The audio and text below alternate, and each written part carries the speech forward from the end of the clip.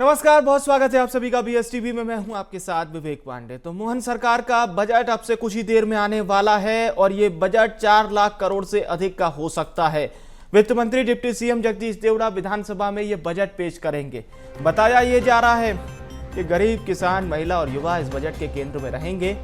अगर हम बात करें पूंजीगत व्यय की तो इसे बढ़ाकर 70,000 करोड़ रुपए किया जा सकता है। इसके साथ ही साथ सिंहस्थ और औद्योगिक विकास के लिए भी विशेष प्रावधान इसमें शामिल होंगे। कर्मचारियों के लिए 14% डीए का प्रावधान इसमें बताया जा रहा है। 80,000 से अधिक नौकरियों का वादा किया जा सकता है। किसानों को 5 HP के सोलर पंप पर 60% कर्ज दिया जाएगा और वो भी सरकारी गारंटी पर। इसके साथ ही साथ जनजातीय आबादी को साधने के लिए धरती आबा योजना लाई जा सकती है। उज्जैन, रीवा और इंदौर में खुल सकता है नया IT पार्क। दुग्ध उत्पादन की बात करें तो प्रति लीटर 5 रुपए प्रोत्साहन राशि की घोषणा हो सकती है। तो ये प्रमुख बिंदु जो अभी तक सामने आए हैं और कयास ये लगाया जा रहा है कि जब वित्त मंत्री बजट पेश कर रहे होंगे तो ये तमाम बिंदु उनके बजट में शामिल होंगे। अब से थोड़ी देर में मोहन सरकार का ये पूर्ण बजट पेश होगा। तो बजट की अलग अलग आकांक्षाएं भी हैं। लोगों की आकांक्षाएं हैं कि आखिर इस बजट में क्या मिलेगा, राहत कितनी मिलेगी, क्योंकि आम जनता सबसे ज्यादा यही चाहती है कि सब राहत क्या देने जा रहे हैं। महंगाई पर गृहिणियों की भी लगातार हमने प्रतिक्रिया आपको दिखाई है मध्य प्रदेश के अलग अलग जिलों से और ये वो प्रमुख बिंदु हैं जो आपको बजट में देखने को मिल सकते हैं।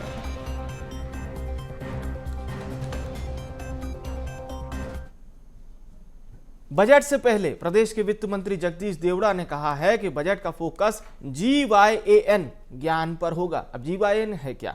G से गरीब, किसान, युवा, महिला पर फोकस, Y से युवा, A से अन्नदाता, N से नारी, GYAN। इसकी बारे में इससे पहले प्रधानमंत्री भी बता चुके हैं, फोकस है GYAN। और प्रधानमंत्री कहते हैं भारत में 4 जातियां हैं, गरीब, किसान, युवा, महिला। हमारा फोकस भी इन 4 जातियों पर रहता है। सभी वर्गों को ध्यान में रखकर बजट पेश होगा, वित्त मंत्री कह रहे हैं। जनता के सुझाव के आधार पर बजट बनाया गया है। जगदीश देवड़ा ने भगवान की पूजा अर्चना भी की। जाहिर सी बात है, कुछ अच्छा करने से पहले भगवान का आशीर्वाद बहुत जरूरी होता है। भारतीय पारंपरिक मूल्य भी इसी ओर इशारा करते हैं। बहरहाल बजट को लेकर 2,500 से अधिक सुझाव आए थे। ये बात वित्त मंत्री ने कही है। सिंचाई, सड़क, बिजली, एजुकेशन का विस्तार करने के लिए सरकार काम करेगी। इस बजट का लाभ मध्य प्रदेश की जनता को मिलेगा। सुनिए क्या कह रहे हैं वित्त मंत्री बजट पेश करने से पहले।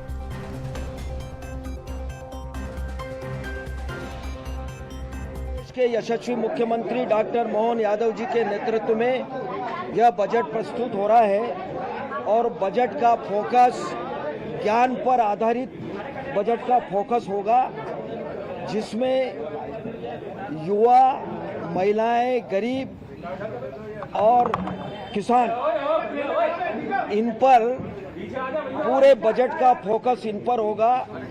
और निश्चित रूप से यह बजट सर्वस्पर्शी बजट होगा, जो सभी वर्गों को छूता हुआ बजट होगा। और विशेषता यह है कि हमने बजट प्रस्तुत करने के पहले सारे जनता के सुझाव आमंत्रित किए थे और विषय विशेषज्ञों को भी हमने आमंत्रित किया था, उनसे भी संवाद हुआ था। हमने उनके भी सुझाव बजट में सम्मिलित करने का हर संभव प्रयास किया है। और निश्चित रूप से मध्य प्रदेश में सिंचाई हो, सड़क हो, बिजली हो, एजुकेशन हो, चिकित्सा के क्षेत्र में हो, हम विस्तार करने के लिए हमने पूरी तरह से चिंता की है और बजट में उन सब बातों का प्रभाव रहेगा। मैं इतना जनता को विश्वास दिलाना चाहता हूं कि मध्य प्रदेश का बजट यह आज जनता को समर्पित बजट हो रहा है और निश्चित रूप से इसका लाभ मध्य प्रदेश की जनता को मिलेगा। डिप्टी सीएम को सुन रहे थे। अब देखिए आर्थिक सर्वेक्षण रिपोर्ट क्या कहती है। कल पेश किया गया था। GSDP बताया गया है 11.05 की बढ़ोतरी सरकार बता रही है। 2023-24 में 13,53,809 करोड़ की GSDP थी। अब आइए 2025 में 24-25 कहता है कि प्रचलित भाव पर 15,03,395 रुपए GSDP। इस वृद्धि में उत्पादन, वस्तुओं और सेवाओं के मूल्य की वृद्धि को शामिल किया गया है। ये कह रही है सरकार की आर्थिक सर्वेक्षण रिपोर्ट। प्रचलित भाव पर प्रति व्यक्ति शुद्ध आय 1,52,615 रुपए है वर्तमान में, यानी आज की डेट में। 2011-12 में थी 38,497 रुपए। इसके साथ ही साथ स्थिर भाव पर प्रति व्यक्ति आय 70,434 रुपए हुई है। ये 2011-12 में स्थिर भाव पर प्रति व्यक्ति आय थी 38,497 रुपए। प्राथमिक क्षेत्र की अर्थव्यवस्था में 2024-25 में योगदान 44.55% से घटकर 44.36% हुआ। 23-24 में फसल उत्पादन 31.10 था और ये थोड़ा सा घटा है, 30.90 हो गया है।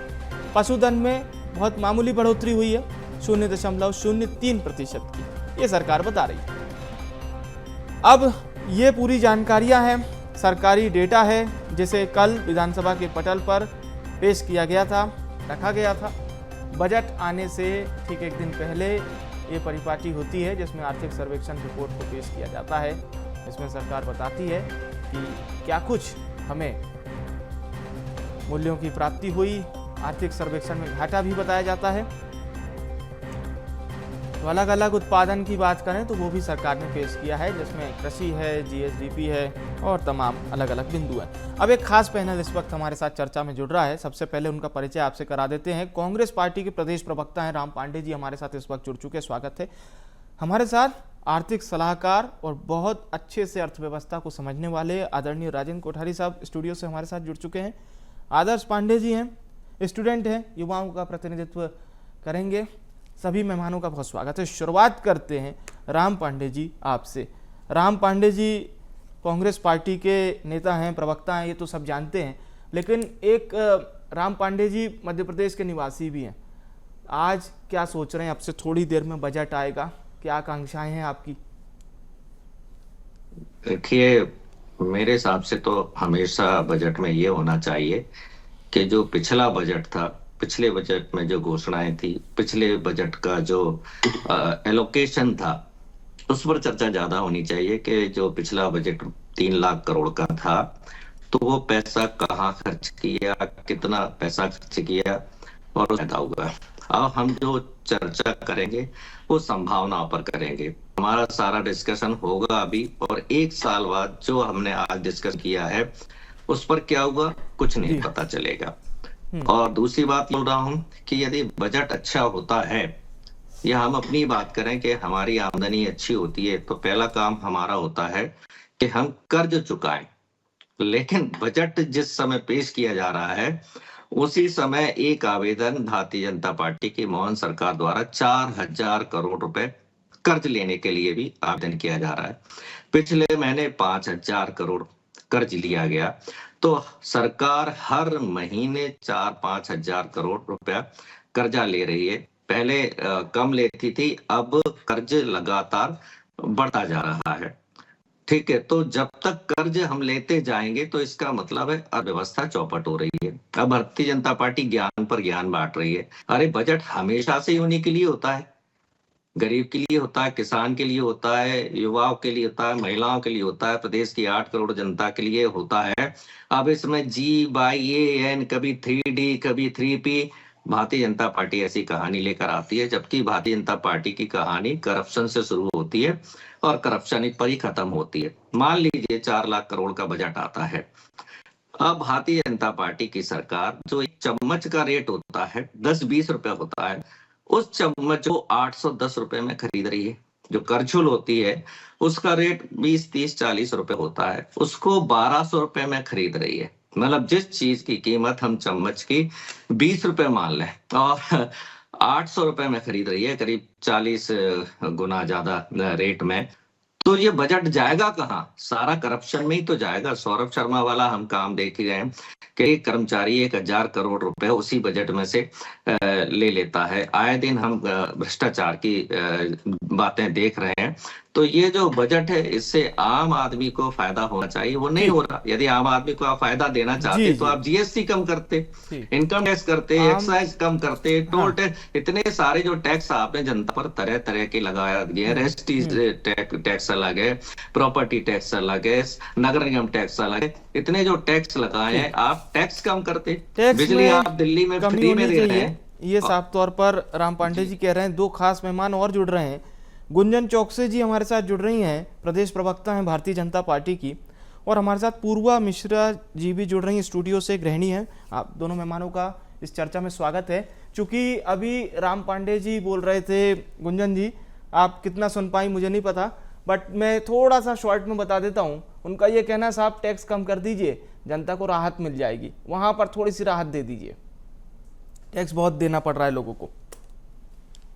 देखिए विवेक जी, क्योंकि अपना अभी शुरुआत कर रही हूँ तो मैं किसी नेगेटिव कमेंट के साथ शुरुआत नहीं करना चाहती। राम पांडे जी ने जो टिप्पणी की है उस पर मैं बाद में अपनी बात रखूंगी। मैं पॉजिटिविटी के साथ शुरुआत करना चाहती हूँ, भारतीय जनता पार्टी के मूल मंत्र के साथ, सबका साथ, सबका विकास, सबका विश्वास और सबका प्रयास। ये सिर्फ शब्द नहीं है, इसको भारतीय जनता पार्टी की सरकार ने मध्य प्रदेश में जिस तरह उतारा है, ये आपके समक्ष है। पूरे भारत की अगर मैं बात करूं तो जिस तरह जन कल्याणकारी योजनाएं भारतीय जनता पार्टी की सरकार लेकर आई है, 4 वर्गों की बात हमारे यशस्वी प्रधानमंत्री नरेंद्र मोदी जी ने की है हमेशा। युवाओं के कल्याण की बात, गरीबों के उत्थान की बात, किसानों के कल्याण की बात और महिलाओं के सशक्तिकरण की बात।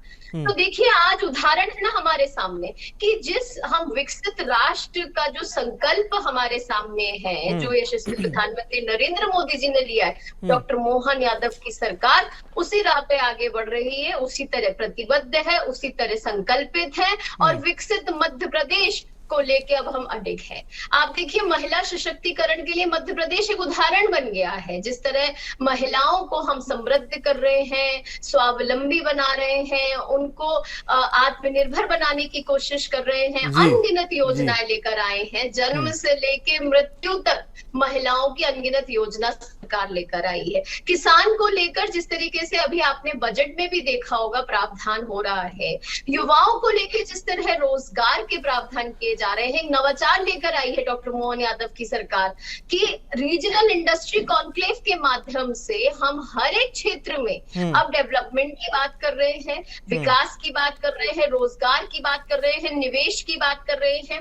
युवाओं के लिए भी सरकार आगे काम कर रही है और इसका फर्क मैं बता रही हूँ अब आंकड़ों से कि 2003 और 23 का तो तुलना मैं अभी नहीं करना चाहती, मैं 23 और 24 की ही सिर्फ तुलना कर रही हूँ। 11% की बढ़ोतरी जीडीपी में हुई है इस एक वर्ष में, और अगर 2003 से बात करूं तो 16% की बढ़ोतरी हुई है। मैं पर कैपिटा इनकम को अगर अब गिनाने जाती हूँ तो पर कैपिटा इनकम 2003 से पहले जो कांग्रेस का जब शासन था इस प्रदेश में तो 12,000 थी पर कैपिटा इनकम प्रति व्यक्ति।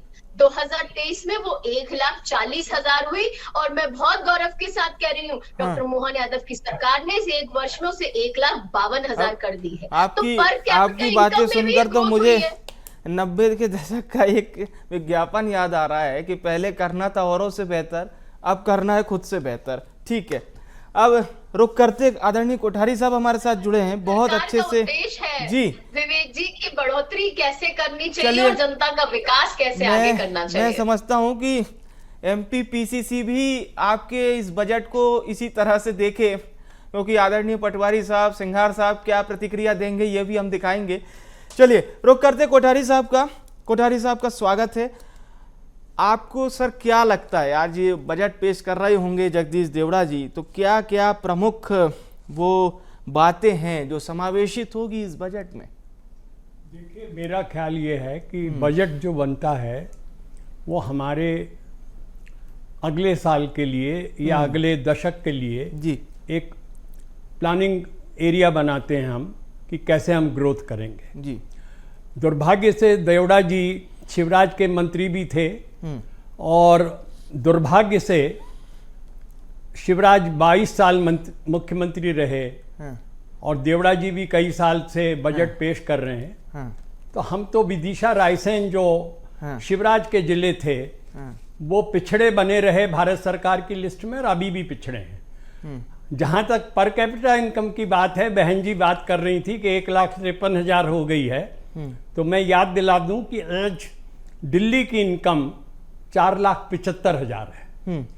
हमारी दिक्कत यह है कि हमारे पास जंगल है, हमारे पास माइंस हैं, हमारे पास मिनरल है, हमारे पास जमीन है और हमारे पास पानी है, पर उसका सदुपयोग नहीं हो रहा।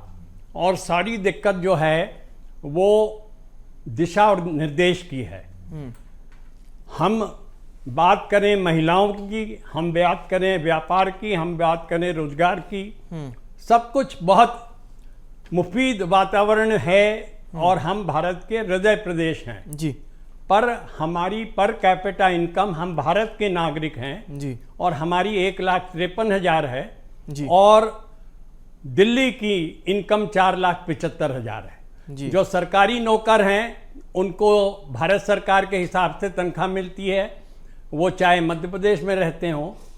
और जहाँ तक हमारी शिक्षा का सवाल है तो हम शिक्षा में राजस्थान से भी पीछे हैं, छत्तीसगढ़ से भी पीछे हैं और जो कॉम्पिटिटिव एग्ज़ाम में हमारे बच्चों को जो पोजीशन मिलनी चाहिए वो नहीं मिल पा रही है। और इस सब के लिए दोष मैं सरकार को नहीं देना चाहता, देवड़ा जी को नहीं देना चाहता। हाँ जी। मैं आप जो हम सारे लोग हैं जी सर, जिनके गांव में पगडंडी जब बन जाती है तो वो रिश्तेदारों को खबर करते हैं कि सड़क बन गई है। तो हमारा एक्सपोजर बहुत लिमिटेड है और हमारे राजनीतिज्ञ भी जो हैं उनकी दृष्टि नहीं है। बिल्कुल। हमारी किसानों की आय जो है वो महाराष्ट्र और आंध्र प्रदेश और कर्नाटक से कम है जी। और हमारी सिंचाई व्यवस्था और सड़क जो है वो राजस्थान से कमजोर है। तो मेरी सिर्फ आप सब लोगों से निवेदन है जी कि बड़ी लाइन खींचिए, किसी की पैंट खींचने से हम आगे नहीं बढ़ेंगे, बड़ी लाइन खींचिए। गुंजन जी, सलाह बहुत ज़रूरी है और यही वजह है कि इतने वर्षों का अनुभव दे रहे हैं राजेंद्र जी और बहुत अच्छे से बड़े साफगोई से बिना किसी का विरोध किए, बिना किसी की आलोचना किए बता दिया कि हम कितने महत्वपूर्ण हैं। लेकिन पटल पर महत्वपूर्ण तो हैं पर अभी रैंकिंग में वैसा नहीं दिखाई दे रहे जैसा कर्नाटक, तमिलनाडु, महाराष्ट्र, गुजरात ये राज्य दिखाई देते हैं। लौटेंगे आपके पास सर। अब रुक करते हैं, हमारे साथ पूर्वा मिश्रा जी भी जुड़ी हैं। पूर्वा जी, जाहिर सी बात है किचन से भी सरकार चलती है और सरकार को पता है अगर किचन का ख्याल रखा तो फिर से आ जाएंगे, क्योंकि किचन बहुत ज़रूरी है। और आप लोगों ने तो बीजेपी तो ये कहती है कि लाडली बहना का बहुत बड़ा फायदा मिला तो सरकार फिर से बन गई। खैर वो एक अलग बात है। आज क्या उम्मीदें हैं, बिल्कुल साफगोई से बताइए, किन किन चीज़ों में आप लोगों को लगता है कि हाँ यहाँ राहत दे दे सरकार, ज़रूरी है। सर, जैसे कि मैं एक हाउसवाइफ और वर्किंग वुमेन दोनों ही हूँ, मैं एक चीज़ चाहूँगी कि जो कि हमारे रोज के एक्सपेंसेस हैं, खर्चे बहुत ज़्यादा, सैलरी उतनी है नहीं लोगों की, मिडिल क्लास फैमिली इन चीज़ों को अफोर्ड नहीं कर पाती, एजुकेशन बहुत हाईली है। और अगर हम सामान की बात करें जो पहले चीज़ों में कम था, आज जीएसटी वगैरह हर चीज़ मिला के हर रेट शोरूम पे जाएंगे तो और बढ़े हुए मिलते हैं। बिल्कुल। और चाहे कपड़े से लेके जूते, चप्पल, हर चीज। पूर्वा जी, बात को आगे बढ़ाएंगे। प्रदेश के मुख्यमंत्री डॉक्टर मोहन यादव बजट से पहले क्या कर रहे हैं वो आपको सुनवाते हैं। प्रसन्नता के जैसा कि हमने हमारी सरकार बनाने के समय कहा था कि हमारी सरकार 5 साल में अपने बजट को दोगुना करेगी। आपकी जानकारी में पिछली बार लगभग 3.5 लाख करोड़ का बजट हमने दिया था। इस लाख 4,20,000 से ऊपर करोड़ का बजट होने वाला है। ये एक तरह से वित्त मंत्री द्वारा बजट जैसे ही आएगा, हम सब जानते हैं कि सभी क्षेत्रों में विकास के लिए पर्याप्त धनराशि देने के साथ हमने अपना विकास की संकल्प को माननीय मोदी जी के संकल्प से मिलाने का प्रयास किया है। और याद करें 1956 में मध्य प्रदेश बना और 56 से लेकर 2003-4 तक केवल 20,000 करोड़ का बजट था।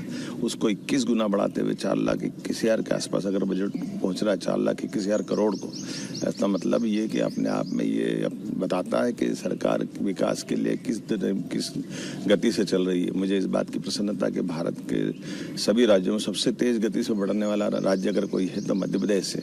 मैं अपने इस राज्य के बजट के साथ साथ यहाँ के युवा, महिला, किसान, गरीब सभी वर्गों की बेहतरी के लिए लिए गए माननीय प्रधानमंत्री के संकल्प की पुष्टि के लिए ये सरकार काम कर रही है। तो मुख्यमंत्री डॉक्टर मोहन यादव को आप सुन रहे थे। उन्होंने अपने बजट के बारे में बताया कि ये बजट पिछली बार से कितना अधिक होगा। पूर्वा जी, आप अपनी बात कंटिन्यू कीजिए। जिस प्रकार से आप बता रही थी, क्या कुछ राहत हाउसवाइफ्स चाहती हैं इस बजट से? सर राहत जो हमारे रोज़मर्रा की जो हमारी डेली यूज़ की चीज़ें हैं जो कि बहुत ही ज़्यादा एक्सपेंसेस हो गई हैं, उसी में राहत चाहते हैं। बस एक चीज़ अच्छी है मिडिल क्लास फैमिली के लिए, जो कि पहले 5 लाख से अधिक आय पे जो इनकम जो टैक्स लग रहा था, एक जो भी अगर सैलरीड पर्सन है या जो लोग टैक्स को छुपाते थे, तो आज 12 लाख जो हुआ है उससे वो बहुत अच्छा है कि थोड़ा सा इनकम लोग जो छुपा रहे थे कैश फ्लो, अब वो खुद भी टैक्स भरेंगे।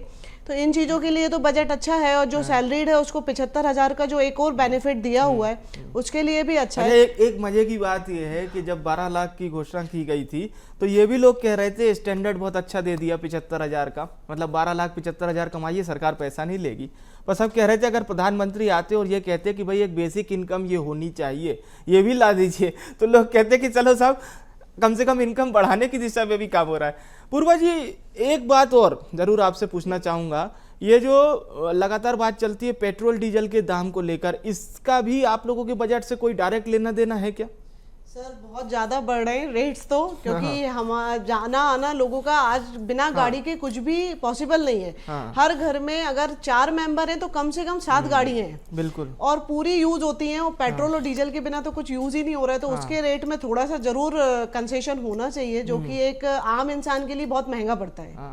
एटलीस्ट वेट में थोड़ी सी कमी अगर सरकार कर दे तो वो सस्ता हमें मिलेगा। चलिए, अब हमारे साथ आदर्श पांडे जी जुड़ रहे हैं। आदर्श जी, क्या आदर्शवादी बजट आप चाहते हैं? वो तो आपसे थोड़ी देर में पेश होगा ही, जाहिर सी बात है, पहले से सब कुछ तय है, उसे सिर्फ पेश करना है। लेकिन एक युवा होने के नाते, छात्र होने के नाते, ऐसे कौन से बिंदु हैं जो आपको लगते हैं कि हाँ बजट में इसे समावेशित करना चाहिए? निश्चित मुख्यतः मुझे लगता है कि आज मध्य प्रदेश के लिए एक ऐतिहासिक दिन होने वाला है। जगदीश देवड़ा आज 7वीं बार मध्य प्रदेश का बजट पेश कर रहे हैं, ऐतिहासिक है। युवाओं के लिए मुख्यतः ध्यान देने की बात है। 2021 की बात करें तो पहली कक्षा से 8वीं कक्षा तक 11.87 लाख छात्र और 11.92 लाख छात्रों ने स्कूल छोड़ा। हालांकि 2 साल की तुलना में अब ये संख्या थोड़ा सा कम हुई है, लेकिन अधिकांश छात्र अभी भी विद्यालय छोड़ रहे हैं। ग्रामीण अंचलों में अभी भी रोजगार के साधन कम है, अनएम्प्लॉयमेंट बढ़ा है। और देखें तो आज मैं बुंदेलखंड से आता हूँ, बुंदेलखंड में कंपनियों की बहुत कमी है। बुंदेलखंड में जो इंफ्रास्ट्रक्चर है वो बहुत ही ज़्यादा कम है, मतलब वहाँ के लोगों को रोजगार के लिए बिहार की तरह पलायन करना पड़ता है। मध्य प्रदेश में रहकर वो अन्य राज्यों में पलायन करते हैं, एक बड़ी समस्या है। लोगों को आज चाहे बीपीएससी प्रोटेस्ट देखें या किसी अतिथि शिक्षकों को लेकर देखें, तो युवा, शिक्षक, गरीब किसान सरकार से बहुत आशा लगाए हुए है। सरकार से चाह रहा है कि सरकार उनके लिए कुछ करे, सरकार एक बेहतर बजट में उनके लिए कुछ एक बड़ी रकम आवंटित करे। तो युवाओं के लिए यही मतलब है, राहत दे कुल मिला। बिल्कुल बिल्कुल। अच्छा, ये आपने बात कही, आपने स्टडी की होगी, जो ये प्रधानमंत्री किसान कल्याण योजना में सम्मान निधि मिलती है, फिर राज्य सरकार भी देती है, आपको लगता है कि इससे किसान को कुछ फायदा होता है? बिल्कुल। राज्य सरकार और केंद्र सरकार द्वारा दिया जाने वाला 2000 का जो 6000 मुख्यमंत्री महोदय द्वारा देते हैं और 6000 प्रधानमंत्री द्वारा दिए जाते हैं, किसान को थोड़ा राहत है, लेकिन वो राहत नहीं है जो मिलनी चाहिए। यदि इससे पहले हम देखें तो किसान की आय दोगुनी की बात की जाती थी, लेकिन आज हालत बहुत किसान की खराब है। किसान की हालत यह है कि वो जो केंद्र सरकार की डेटा है, 6,000 12,000 का साल कमा रहा है, दिन कमा रहा है 200-250 का, बहुत स्थिति दयनीय। आप देखिए कि यदि सरकार के डेटा कहते हैं कि 200-250 का दिन यदि किसान कमा रहा है तो वो कैसे गुजारा कर पाएगा? मजदूरों की समस्या है, कई अहम समस्याएं हैं इनके लिए। और निश्चित मेरे मन में एक बड़ा प्रश्न उठता है कि यदि इस बार जो बजट आ रहा है जी, सरकार द्वारा पेंशन कर्मचारियों के लिए और मध्य प्रदेश शासन के जो कर्मचारी हैं उनके लिए शायद महंगाई भत्ता में बढ़ोतरी की जा रही है, जो कि अभी 50% है, अब वो बढ़कर 64% हो जाएगा, 14% की बढ़ोतरी है। लेकिन अभी जो 4-5 साल से चल रही प्रधानमंत्री किसान समृद्धि योजना, किसान कल्याण योजना, इनकी राशि में बढ़ोतरी नहीं हो रही है। मुख्यतः हम देखें तो महंगाई भत्ता बढ़ रहा है, कर्मचारियों का बढ़ रहा है, लेकिन किसानों का नहीं बढ़ रहा है। चलिए, मैं आपकी बात को और आसान कर देता हूं। आप कह रहे हैं कि भाई सरकार अपने कर्मचारियों के बारे में सोच रही है, थोड़ा बहुत अगर निजी क्षेत्र में सोच ले तो कहीं ना कहीं एक बहुत बड़ा वर्ग सरकार को धन्यवाद करेगा, लेकिन यह है बड़ा डिफिकल्ट। यही वजह है कि सरकार सरकारी कर्मचारियोयों के डीए में बढ़ोतरी करती रहती है। राम पांडे जी, बहुत अच्छी चर्चा की है, शुरुआत हुई है और आपने सभी सलाहकारों को भी सुना, खासतौर से कोठारी साहब ने बहुत अच्छे से बताया कि मध्य प्रदेश डिजर्व क्या करता है और मध्य प्रदेश को प्राप्त क्या हो रहा है। राम पांडे जी, आप भी मानते हैं कि एक प्रमुख प्रदेश होने के बावजूद भी जिस प्रकार की गिनती होनी चाहिए थी वहां थोड़ा बहुत मध्य प्रदेश उस लाइन में अभी नहीं आया है? नहीं, बहुत पिछड़ा हुआ है और एक ही पार्टी को 20 साल का मौका मिला था, तो अति पिछड़ा में ला दिया आप तो। चलिए ठीक है, बोलिए। हाँ, एक ही पार्टी को 20 साल का मौका मिला था। यदि वो पार्टी चाहती तो आज हिंदुस्तान में मध्य प्रदेश पहले नंबर के पोजीशन पर होता, और मुझे पूरा विश्वास था यदि कमलनाथ जी की सरकार 5 साल भी चल जाती तो मध्य प्रदेश हिंदुस्तान में पहले नंबर पर आता। अभी कुछ मैं राहत की बातें सुन रहा था कि किसान सम्मान निधि में राहत दी गई, अच्छी बात है, लेकिन आप बताइए उस राहत को क्या आप भीख कहेंगे? इनके पंचायत एवं ग्रामीण विकास मंत्री कहते हैं कि जनता भीख मांग रही है। 8.5 करोड़ जो मध्य प्रदेश के लोग हैं भिखारी हो गए। मतलब वही मंत्री, वही प्रदेश सरकार चुनाव के समय घर घर जाकर कह रही थी कि हम आपको 1250 रुपए देंगे, 3000 रुपए देंगे, लाडली बहनाओं को 5000 रुपए देंगे। अब आप उन्हीं लाडली बहनाओं को अब आप भिखारी कह रहे हैं, आप हमारे अन्नदाता को भिखारी कह रहे हैं, युवाओं को भिखारी कह रहे हैं। प्राइवेट सेक्टर की बात करें या गवर्नमेंट सेक्टर की बात करें, मध्य प्रदेश में दोनों जगह जॉब कम होते जा रहे हैं। आप बताइए, दिल्ली की भी अभी बात चल रही थी, दिल्ली में बीजेपी सरकार जब 300 यूनिट बिजली फ्री दे रही है, मतलब फ्री दे रही है, तो फिर मध्य प्रदेश में क्यों नहीं दे रहे? आप तो कहते हो डबल इंजन की सरकार बनाओ, जो अन्य प्रदेशों में फायदा हो रहा है वो मध्य प्रदेश में भी होगा। वहां दिल्ली में 2500 रुपए बीजेपी की सरकार जब लाडली बहनाओं को दे रही है, तो फिर यहाँ इनको क्या दिक्कत है? और अभी कह रहे थे कि हमारी आय ये बढ़ी। अरे दिग्विजय सिंह पर लेकर आते हो, जबकि तुलना होनी चाहिए पिछले कार्यकाल में 5 साल पहले की। यदि दिग्विजय सिंह के समय भी तुलना करते हो तो उस समय 5-7 रुपए प्रति लीटर पेट्रोल डीजल था, क्रूड ऑयल महंगा था। अब क्रूड ऑयल लगातार सस्ता हो रहा है। जिस हिसाब से क्रूड ऑयल 70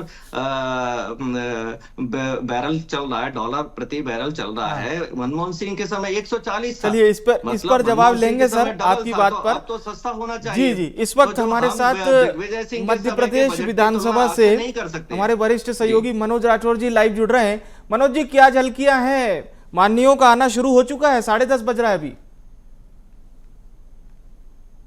आज बिल्कुल कैबिनेट की बैठक विधानसभा में मुख्यमंत्री डॉक्टर मोहन यादव ले रहे हैं। तमाम जो मंत्री हैं वो इस कैबिनेट की बैठक में शामिल है। कई महत्वपूर्ण प्रस्तावों को हरी झंडी मिलेगी, लेकिन उससे पहले कांग्रेस के जो नेता हैं, नेता प्रतिपक्ष उमंग सिंगार, वो थोड़ी देर पहले विधानसभा पहुंचे। लेकिन जिस बजट का इंतजार मध्य प्रदेश की जनता को है, उन वर्गों को है जिनको आज सबसे ज़्यादा है कि उन्हें सबसे ज़्यादा जो है बजट में फ़ायदा मिलेगा। लेकिन मुख्यमंत्री डॉक्टर मोहन यादव ने जो बजट 11 बजे सामने आता पूरी जनता के, वो बजट जो है अब उनके बयान के जरिए सामने आया। और मध्य प्रदेश का जो बजट रहेगा, जो 11 बजे वित्त मंत्री जगदीश देवड़ा बताने जा रहे हैं, वो बजट उससे पहले जो है मुख्यमंत्री डॉक्टर मोहन यादव के बयान में सामने आया है। 4,21,000 करोड़ का मध्य प्रदेश का बजट रहने वाला है। और खास बात यह है कि इस बार मोहन सरकार ने 21% जो है बजट को बढ़ाने का काम किया। उन्होंने ये भी दावा किया है कि मध्य प्रदेश देश में वो राज्य है, यानी एक पहला राज्य ऐसा बन गया जो कि बजट को तेजी से बढ़ाने वाला प्रदेश है। सबसे तेजी से देश के राज्यों में मध्य प्रदेश ने अपने बजट को बढ़ाया है। 1956 से लेके 2003 तक केवल करीब जो बजट था उससे भी ज्यादा जो बजट है इस बार 2025-26 में, यानी की बात हो गई। आज प्रतिपक्ष की क्या तैयारी है? प्रतिपक्ष कितना आज बिल्कुल उत्साह में है?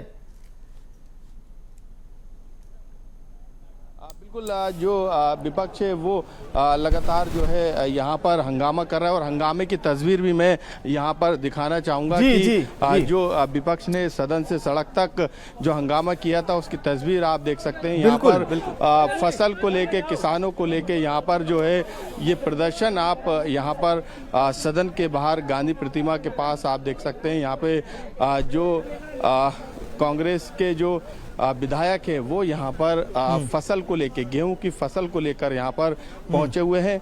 मांग वही है कि फसल को लेकर जो MSP है वो तय नहीं कर पा रही, उसकी गारंटी यहाँ पर नहीं दी जा रही है। तो आप तस्वीरों में देखेंगे और बात भी करेंगे। कोई गारंटी नहीं है, झूठ बोल रहे हैं, इसलिए हमारी मांग है। किसानों के साथ अत्याचार हो रहा है, किसान अपनी बात करते हैं तो ये बोलते हैं कि भीख मांग रहे हैं। 2700 को समर्थन मूल्य था, 2600 खरीद रहे हैं। 40% जब कम पानी वालों के गेहूं खरीद चुके हैं, सरकार उनको भी बोनस दिया जाए। ये हम गेहूं की पूरी लेके आए ताकि सोती हुई सरकार इसको देके और जागे और किसानों के हक में अपना 2700 कुंटल गेहूं करे। बिल्कुल, आप ये तस्वीरें आपने देखी कि यहाँ पर जो विपक्ष की बात की जा रही थी, विपक्ष अभी भी जो है हमलावर है, यानी हंगामा कर रहा है किसानों की मांग को लेके, युवाओं को रोजगार देने की बात को लेके। और ये आरोप है कि सरकार जो है हर बार 1 लाख युवाओं को रोजगार देने की बात करती है, लेकिन अभी तक 1 लाख युवाओं को रोजगार नहीं दे पाई। लेकिन अब देखते हैं बजट का जो डिटेल में जो आएगा सामने 11 बजे, उसमें मनोज जी आप हमारे साथ बने भी रहिए और जैसे ही कुछ प्रतिक्रिया आती है तो आप साइन कीजिएगा। अब हम एक बार फिर से रुक करते गुंजन जी का। देखिए गुंजन जी, प्रतिपक्ष भी आज तैयार है, गेहूं की बालियां लेके पहुंचे हैं विधायक, कह रहे हैं कि साहब जितना कम से कम लागत लग रही है दे दीजिए उतना। पांडे जी कह रहे हैं पेट्रोल डीजल उतना ही कर दीजिए जितना यूपी हरियाणा में चल रहा है, वहां भी आपकी सरकार है।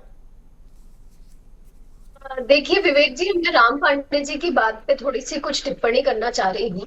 राम पांडे जी ने कहा कि 20 वर्षों से इनकी सरकार थी, ये चाहते तो क्या नहीं कर सकते थे। तो इन्हें 20 वर्ष तो ये गिना रहे हैं, लेकिन 50 से 60 वर्ष इनके पास भी थे, तब कांग्रेस ने क्या किया था। आज ही मध्य प्रदेश को पिछड़ा कहते हैं, लेकिन 2003 से पहले के मध्य प्रदेश की एक बार तस्वीर आप और हम सब अगर देखें तो समझेंगे कि जो एक बीमारू राज्य था उसे अगर आज विकसित राज्य की श्रेणी में लाके खड़ा किया है किसी ने, तो इन 20 वर्षों में भारतीय जनता पार्टी की सरकार ने लाए हैं। 2003 से पहले ये वही मध्य प्रदेश है जहां सड़कें नहीं थी, जहां बिजली नहीं थी, जहां स्वच्छ पानी नहीं आता था। लेकिन आज इन 20 वर्षों में अगर कोई, मैं एक फर्स्ट टाइम वोटर से अगर बात करूं, किसी युवा से बात करूं, तो वो बता सकता है कि अगर आज जब वो 20 वर्ष की आयु में होगा तो उसने क्या देखा मध्य प्रदेश में। उसने एक डेवलप्ड प्रदेश देख रहा है, जहां पे एजुकेशन के मामले में भी जो बड़ा है, जहां पे सड़कें अच्छी हैं, जहां निरंतर बिजली आती है, जहां स्वच्छ पानी आता है, हम स्वच्छ वातावरण में रहते हैं। तो ये प्रदेश को डेवलप किसने किया?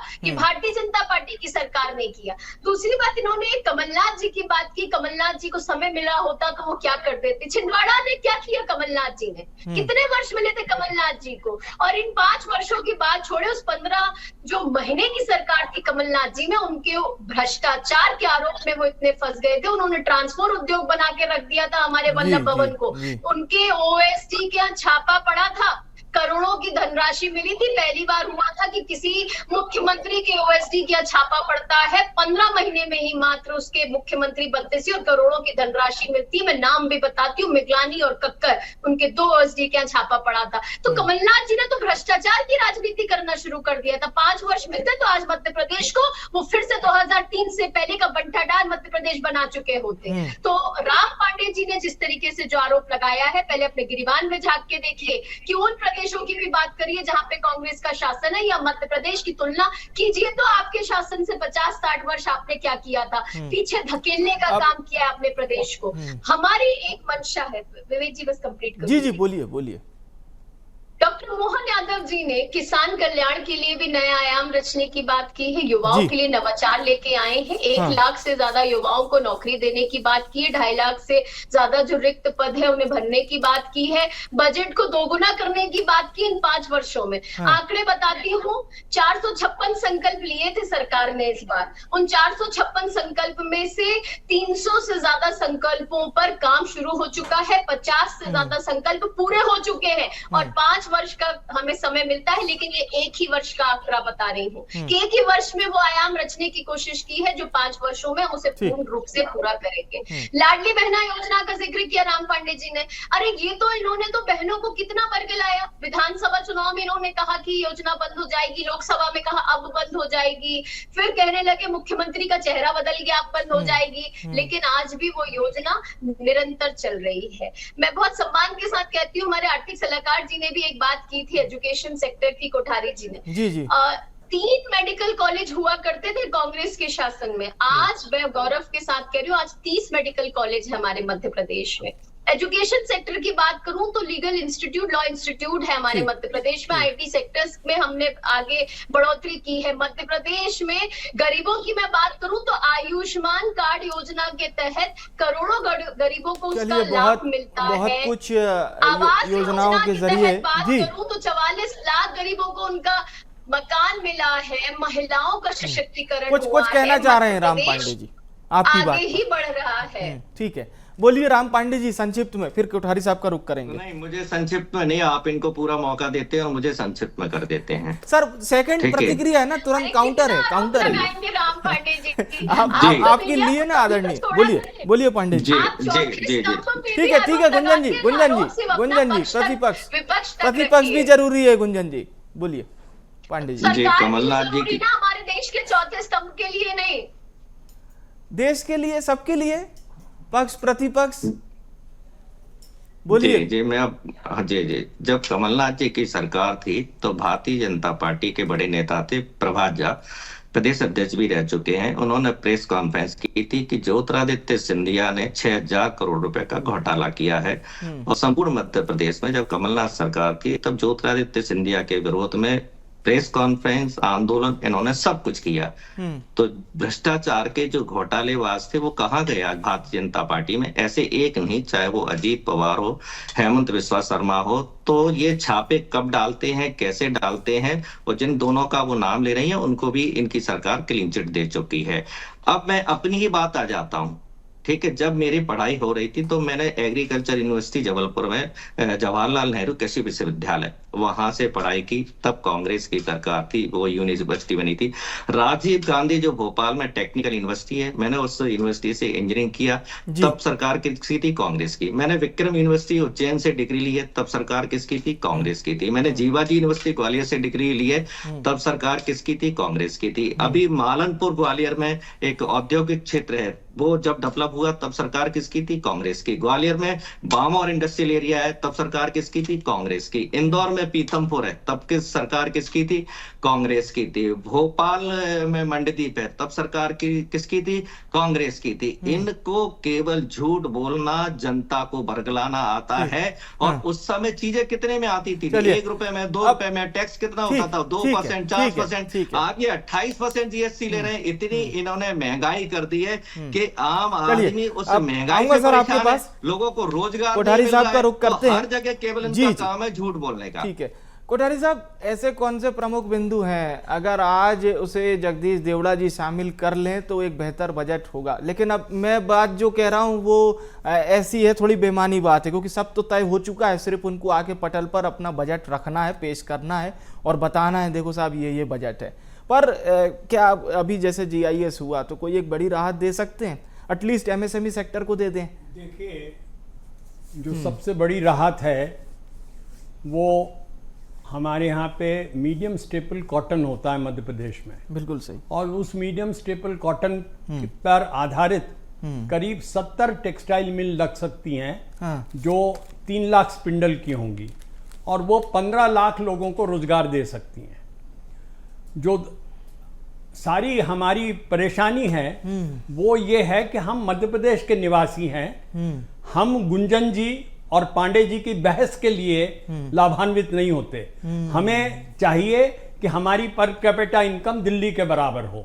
गुंजन जी उसका बताएं, कौन बदमाश था, कौन खराब था, कौन अच्छा था, उससे हमें क्या मतलब है? हमें तो मतलब है कि जब आम किसान अपने बच्चों को स्कूल में पढ़ा सके, अपने बच्चों का स्वास्थ्य देख सके, अपने परिवार को देख सके। पांडे जी ने कहा कि बुंदेलखंड में बेकार है, हमें कहा कि नर्मदा के क्षेत्र में लोगों को अभी तक कंपेंसेशन नहीं मिल रहा। तो दिक्कत यह है कि जब तक हम हर आंख का आंसू नहीं पहुंचेंगे, पूरे मध्य प्रदेश वासियों का ध्यान नहीं करेंगे, तो हम आगे प्रदेश को आगे नहीं ले जा पाएंगे। और मैं निजी तौर से मानता हूं कि मध्य प्रदेश में वो सारी संभावनाएं हैं जिससे हम देश के बाकी राज्यों को पीछे छोड़ सकते हैं। जी।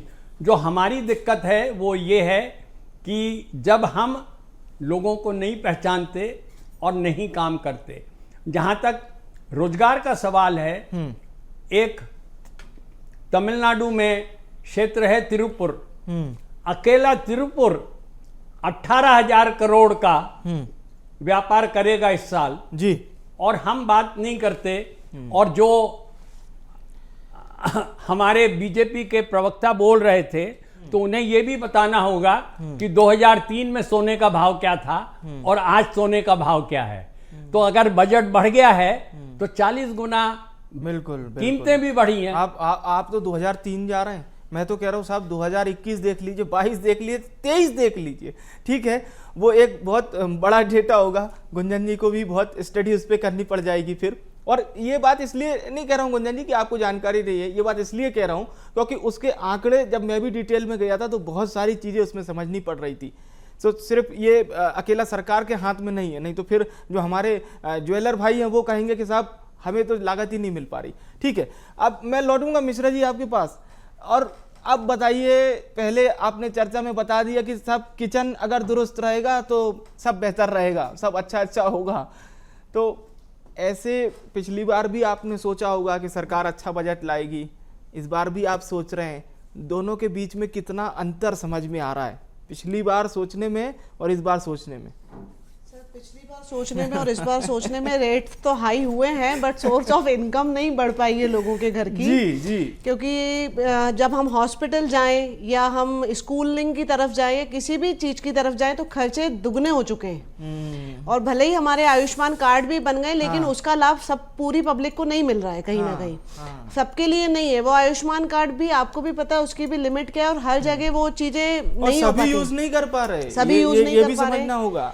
अगर मैंने मान लीजिए 5 लाख रुपए का बना लिया तो वो हॉस्पिटल कहता है हमारे पास है नहीं, फिर हॉस्पिटल कहता है बेड नहीं है, फिर जिसके पास बेड नहीं है तो अब मतलब उसमें पेचीदा है भाई। आदमी अपना इलाज कराएगा कि उसकी कार्ड की और डॉक्टर्स के साथ आर्ग्यू करेगा।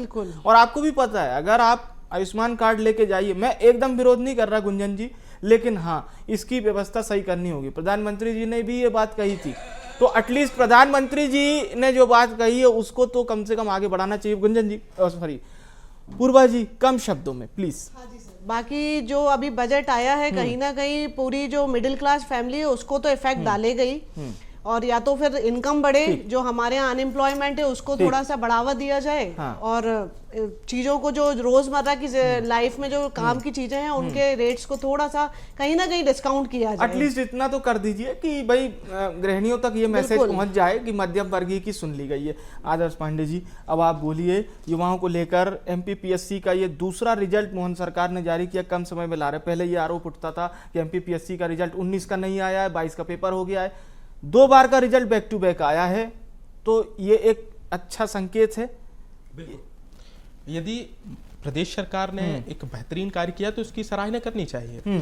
प्रदेश सरकार MPPSC की बात करें तो, लेकिन जिसमें विद्यार्थियों ने प्रोटेस्ट किया इंदौर में देखा हमने, उसके बाद अब व्यवस्थाएं सुधर रही हैं, बहुत बढ़िया है। अधिकांश विद्यार्थी मुझे मेल करते हैं, मुझसे कहते हैं कि आदर्श जी 2010 में हम अभी हाल ही में फरवरी में मुख्यमंत्री महोदय द्वारा मेधावी छात्र योजना की 25,000 की राशि डाली गई। 2010 में शुरू की गई थी यह योजना। 2010 से आज 2025 करीब 15 साल हो जाने के बावजूद 25,000 डाली गई। सोचिए कि 2010 में इसकी कीमत थी 25,000, जब तत्कालीन मुख्यमंत्री शिवराज सिंह चौहान ने डाली। कमलनाथ जी के शासन में यह बंद कर दी गई, नहीं डाली गई, और अब आज 15 साल बाद भी 25,000 डाली गई। तो क्या 25,000 की वैल्यू वही रह गई है जो 2010 में है? एक बड़ा प्रश्न है। इसके साथ ही एक प्राइवेट सेक्टर में देखें तो महिलाओं की 40% नौकरियां घट गई हैं। क्यों घट गई हैं? कहीं ये महिला बाल विकास विभाग को जो 25,000 करोड़ अभी पिछले बजट में आवंटित किए गए थे मुफ्त में, या हम कहें जो आप कह रहे हैं, इनके मंत्री महोदय ने कहा था कि भीख है, कहीं इसका कुछ साइड इफेक्ट तो नहीं आ रहा है? एक बड़े नहीं, वो एक अलग परिप्रेक्ष्य में कहा था, फिर उसके बाद वो आ भी गए थे मीडिया के सामने। जी बोलिए। बिल्कुल, यही मैं कहना चाहता था कि कहीं हम जिस दिशा में बढ़ रहे हैं वो दिशा हमारी गलत तो नहीं हो गई है। आज मुझे बहुत खुशी हो रही है कि हमारी प्रति व्यक्ति आय बढ़ी है, लेकिन कितनी बढ़ी है? यदि आज हम कर्नाटक की बात करें तो वहाँ 3,32,000 है, तमिलनाडु में 3,15,000 है, महाराष्ट्र में 3,09,000 है, लेकिन मध्य प्रदेश में 1,52,000 है, जो कभी अभी करीब 12 से 13,000 रुपए बढ़ी है। तो कितनी बढ़ी है? पर आप भारत के सबसे रिचेस्ट स्टेट की भी बात कर रहे हैं। सबसे ज्यादा पैसा देता है महाराष्ट्र, फिर तमिलनाडु, फिर गुजरात और फिर तो कर्नाटक। तो ये भी हमें देखना पड़ेगा कि भाई वो पैसा भी तो दे रहे हैं ना, सबसे ज्यादा पूरे भारत को पैसा दे रहे हैं सबसे ज्यादा। अगर वो 4 स्टेट आप देख लीजिए और बाकी हमारे सारे स्टेट देख लीजिए, तो ये भी हकीकत है। कहीं ना कहीं हमें ये हकीकत भी देखना पड़ेगा। गुंजन जी, बहुत सारे सवाल इकट्ठा हो गए हैं। देखिए, बजट होता ही ऐसा है, अभी पेश हो जाएगा, उसके बाद भी सवाल इकट्ठे होंगे। लेकिन गुंजन जी, ऐसे कौन से मोड है जिस पर बीजेपी ने जनता को वाकई में राहत देने का काम किया है? मतलब आपके पास स्वतंत्र सिलेबस है, केंद्र भी है, राज्य भी है, दोनों डिफाइन कर सकती हैं आप। देखिए विवेक जी, मैंने अपनी बात की शुरुआत ही की थी कि गरीबों के लिए भी सरकार ने काम किया है। गुंजन जी, आपको रोकना चाह रहा हूं। कैलाश विजयवर्गीय जी इस वक्त मीडिया को ब्रीफ दे रहे हैं सदन से, सुनते हैं।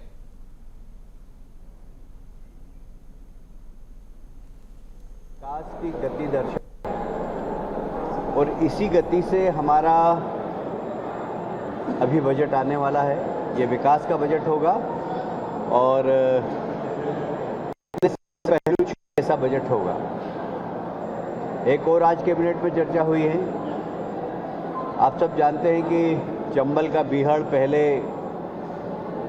डांकू के नाम से मंत्री कैलाश विजयवर्गीय जी को जो डिफाइन कर रहे थे आज का बजट कैसा रहेगा। गुंजन जी बोलिए। देखिए, मैं चंबल वाली बात पे भी जरूर आना चाहूंगी, बट पहले मैं जो बात कर रही थी उसको कंटिन्यू करती हूँ। आयुष्मान योजना की बात हो रही थी, तो बिल्कुल आयुष्मान योजना के तहत अगर मैं आंकड़े बताऊं तो 3 करोड़ से ज्यादा उसमें लाभ मिला है। कृषि विभाग के लिहाज से क्या खास रहने वाला है? कृषि विभाग के ही लिए नहीं, सभी विभागों के लिए बहुत अच्छा बजट आने वाला है।